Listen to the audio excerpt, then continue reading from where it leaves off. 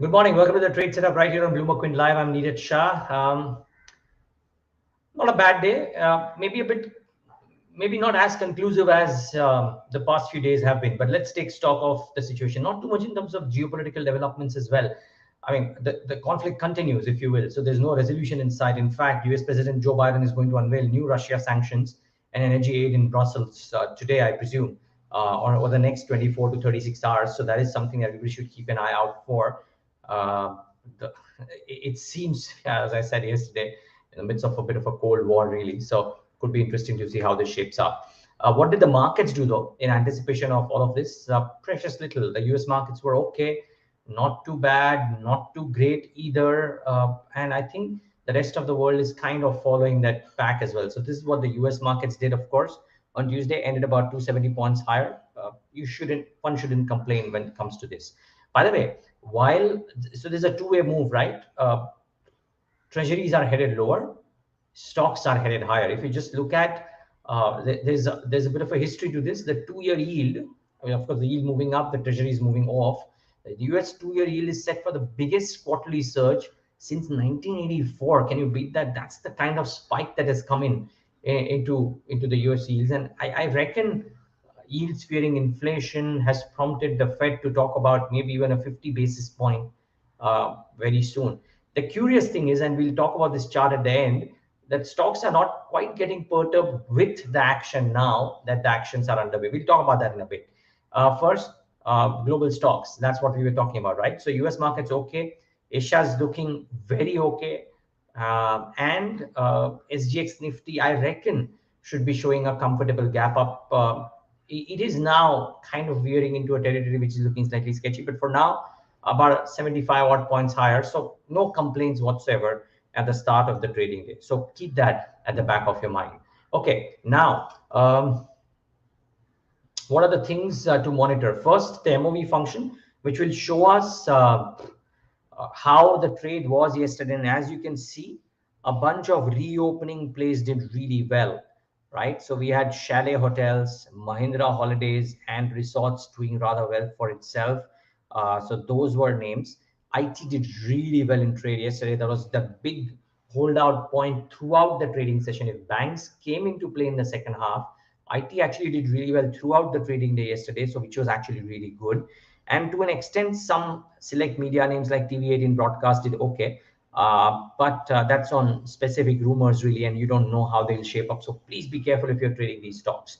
What didn't do well, to an extent, macro tech developers and some of the other real estate companies were a bit soft. So somehow real estate has gone off the boil, and not somehow, I mean, we kind of know the reasons, right? I mean, Rushabh Desai of Karma Capital spoke first about it on Talking Point to us at least, but I think the market is nervy of the fact of nervy because of the point that if there are interest rate rise, if there is interest rate hike that is going to happen, the sector which gets impacted front and center, really smack bang in the middle of its face, is real estate. It's the most sensitive, and that's why maybe very large positional bets on real estate stocks are off for the time being. Even though the sector is corrected, I think it is off for the time being. So you have to keep that at the back of your mind. Okay, what else? So what's the trade setup really for the day today? I would reckon that the bank nifty at about support at about 36,230 levels, and breaking which 36,000 levels are possible if on the downside. So keep this at the back of your mind. Yesterday too, the bank nifty was looking fairly weak until it kind of perked up in the second half of trade. So that is one thing to keep an eye out for. So that keep one thing at the back of your mind. Uh, what else? There is, of course, the market breadth staying positive, which is positive, which is good for markets. Singapore GRM led up moves in Reliance, I reckon, are the key to Nifty. Yesterday, too, one looked at the oil and gas index and said, hey, oil and gas is up 1%. I think it was largely a Reliance led move. So keep that at the back of your mind. Reliance holds the key to Nifty as well as oil and gas. By the way, the other interesting piece is that now that the OMCs have started raising prices, brokerages have turned bullish on the oil retailers, fuel retailers like HPCL and IOC, but HPCL in particular. So that's the other stock you should keep in mind. And some of the sectors to watch out for include paper, which is consistently doing well, ethanol, and sugar, which is consistently doing well. But by ethanol, I don't mean just ethanol, pure play, not just sugar, pure play ethanol as well. And defense, which is starting to see some fairly interesting positions. Keep in mind, viewers, HDFC Mutual Fund has launched an application or made an application for, or launched a scheme, either of the two, which is a defense-focused sectoral thematic fund. Now, the beauty is, if you're seeing a large mutual fund doing this, and maybe others will follow suit, think of the buying that comes in from local money into defense-related names. It's a clear and it's a sector which is right in the attention span of most people, and therefore it's a space that all of you should be watching out for as well. Fund flows, well, we were worrying yesterday that was the love affair a short one. Maybe not. I mean, yet again, a small positive number. I think we should all rejoice the fact that the selling is ebbing, which is actually a pretty good sign. What else to watch out for? Just keep in mind, viewers, GMR Infra listing today. This is the infrastructure business, the non-airport business. So just don't get confused. The existing GMR business, which is already listed, is the airports business. And you have to, the one that we list today is the non-airports business. Okay, so keep that in mind. The stocks to monitor today. First one is, I think, watch out for all the steel stocks, because Indian steel companies have raised prices as per Steel Mint. So JSW Steel apparently has hiked the rebar prices by 1250 per ton for end March 2022. SAIL has further increased list prices of HRC, CRC by about 1500 rupees per ton. So Indian steel companies, which have been active for the last few days, continue to remain stocks which are in focus. Indian hotels, they aim to raise about 2040 crores through a QIP. 10 crore shares to be offered, price range of 200 to 204. The base price, the floor price is at 2 or 3.48, which is about a 2.3% or 2.4% discount. So nothing too dramatic in terms of a discount. If they manage to raise the money well, then as I said, the hotel companies are kind of doing rather well for themselves. So keep that at the back of your mind. A small anecdote, I went to Jaipur and Ranthambore recently. The flight was full, the hotels were nearly full, the safaris were full. India is certainly moving around. Adani Ports and Logistics, the company's cargo volumes crossed the 30 crore metric ton mark in FY22. There are a lot of conversation, a lot of chatter about how maybe maybe the Adani Group, Adani Port numbers are not quite matching up because of trade, etc. Somehow these numbers seem to be good, and maybe it rubs off on the stock. Let's wait and watch. A couple of mentions which I thought were important, maybe not have an immediate reaction, maybe they do. I was none the wiser, so I thought I'll bring it to you. IDBI Bank, Finance Minister Nirmala Sitharaman said in the Parliament that India is holding roadshows to assess investor interest in IDBI Bank, and the bids for the bank sale are to be invited after assessing interest. Now, this shouldn't evoke any kind of reaction, but you never know. BPCL is the other one, wherein Minister of State for Finance Bhagwat Karad comments on BPCL Parliament sale in Parliament, saying that it's the second stage of process. Now, again, this shouldn't ideally evoke any reaction, but you never know. It could well. So let's wait and watch.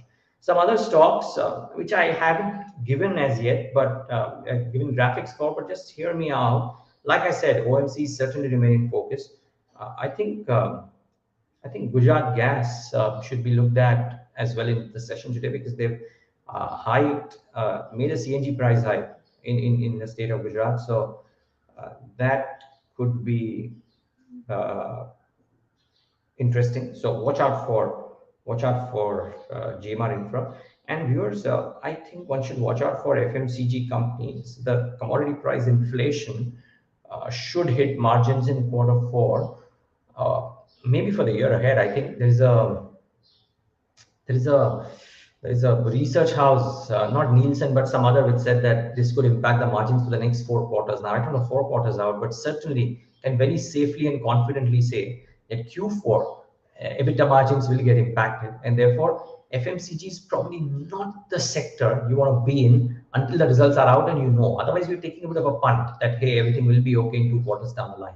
I think it's important to hear the commentary from the FMCG companies before taking a plunge into this space. Yes, the numbers and the valuations have softened a little bit, but these stocks always remain expensive, right? Like, think of it. I think at whatever price that HUL must be trading at, it is still not a cheap stock by any stretch of imagination. Jeffries has a buy with a target price of 2520, but they too indicate that quarter four would have margins under pressure despite the price hikes. So it's something that people should be watching out for.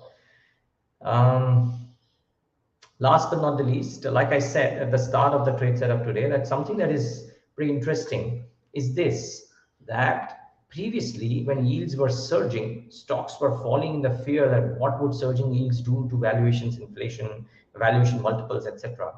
Now you're seeing the S&P 500 at least. Yields are surging. Yesterday, the 10-year yield surged and surged hard, and yet the markets are doing okay.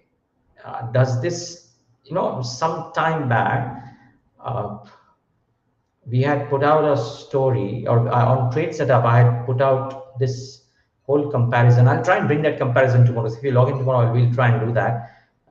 We've shown this comparison of how when the markets in the run up to the Fed rate hikes and 12 months post the Fed rate hikes, how do they behave, the global markets?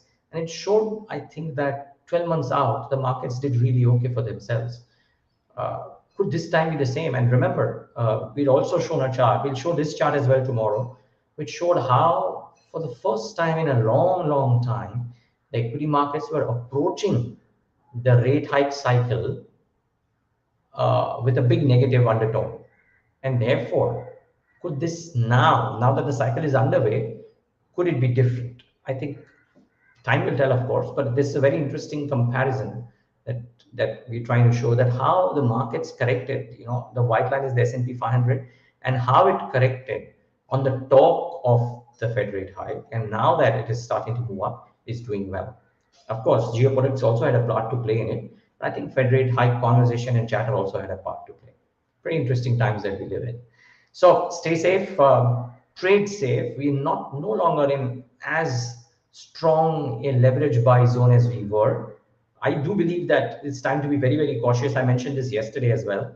But the markets have done okay the last couple of days. So I've been proven wrong per se on my caution, because a lot of leverage trades are doing well. But by the way, mind you, if you were leveraged banks, your stop losses would have gotten cut yesterday before banks started to move up again. So in some sense, we're not completely wrong when we're trying to say that be cautious when you're trading leverage currently. It's especially on the long side. Thanks so much for tuning in. Have a safe, profitable day ahead.